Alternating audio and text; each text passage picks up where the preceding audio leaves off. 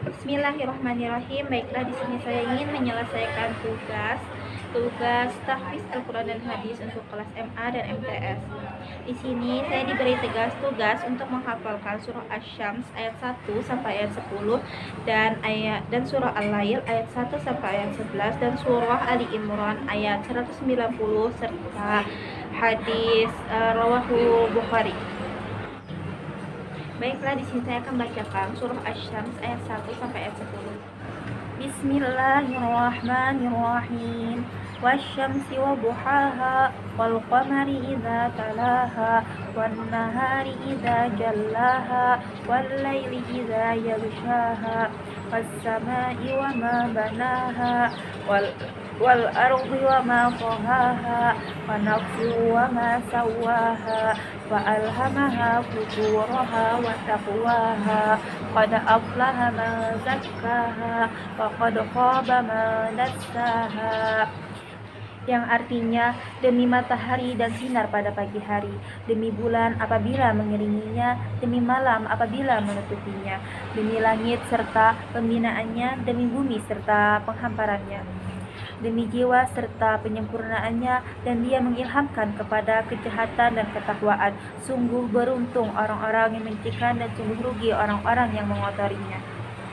Adapun isi kandungan surah Asy-Syams ini ialah dari ayat 1 sampai ayat ke-7 itu Allah menunjukkan bahwa betapa sangat luar biasanya ciptaannya, mulai dari matahari, bulan, langit, bumi, siang, malam, dan jiwa manusia. Semuanya itu teratur dalam hukum yang telah ditentukan.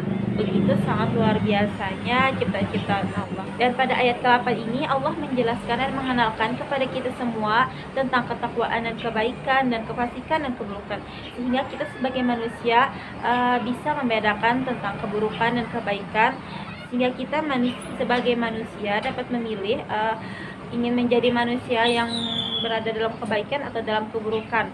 Jika kita tidak ingin menjadi manusia yang dalam keburukan, maka kita akan menjauhi kefasikan itu.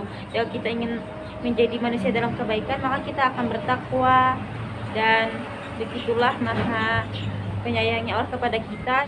Allah menunjukkan kepada kita tentang kebaikan dan keburukan itu sendiri, sehingga kita bisa menjadi orang yang benar dan beruntung.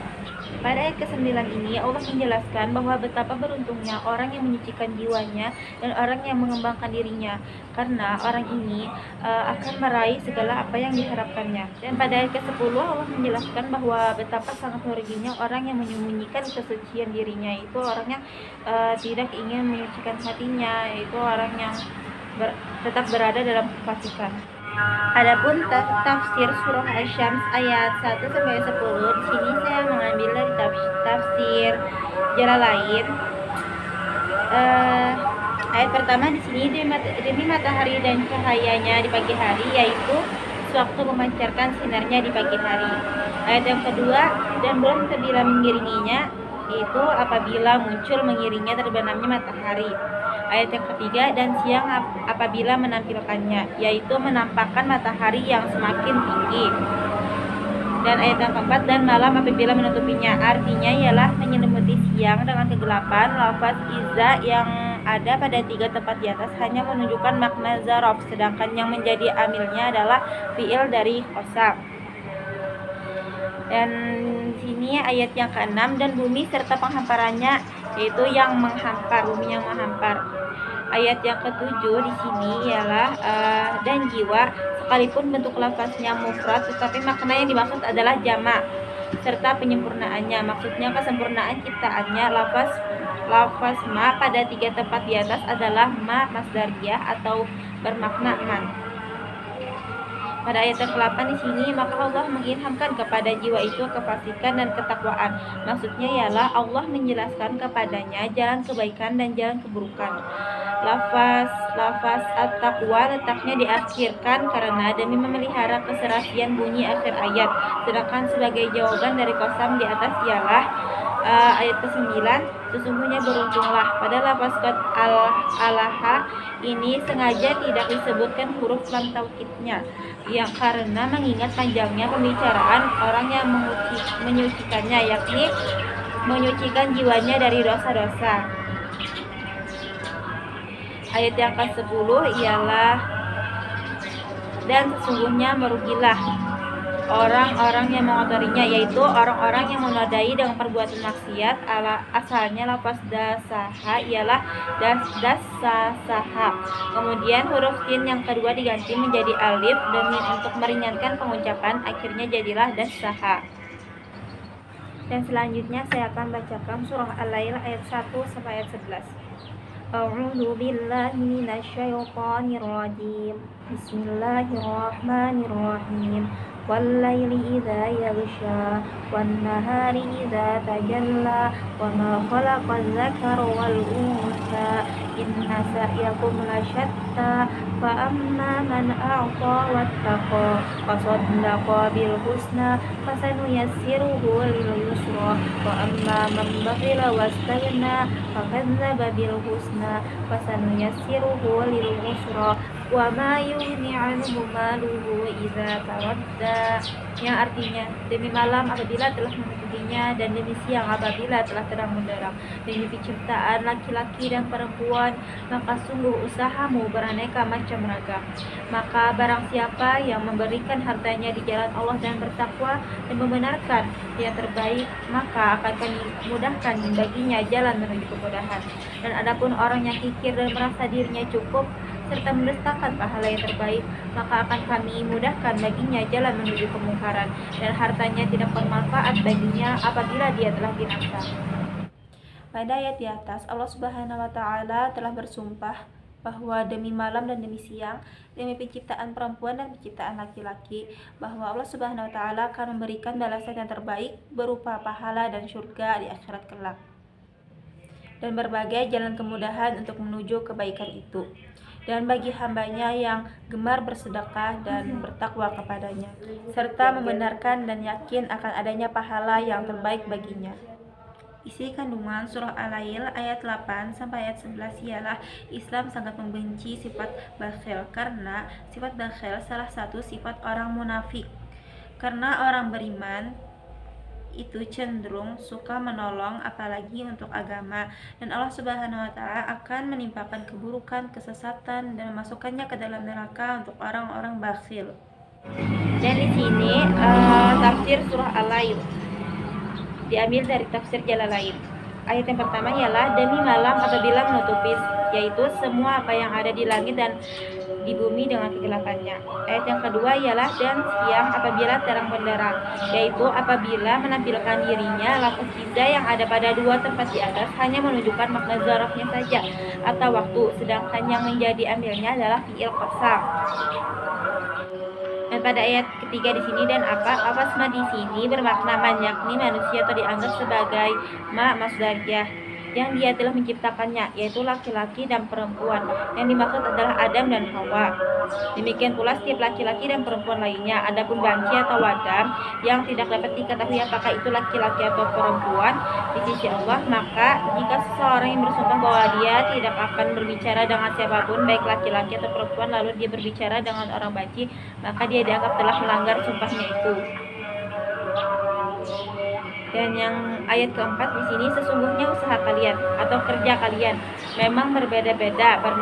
Ada orang yang beramal atau bekerja untuk mendapatkan surga dengan cara menempuh jalan ketaatan, dan ada pula orang yang beramal atau bekerja untuk neraka dengan cara menempuh jalan kemaksiatan. Ayat yang kelima di sini ialah adapun orang yang memberikan atau menginfakkan hartanya di jalan Allah dan bertakwa kepada Allah.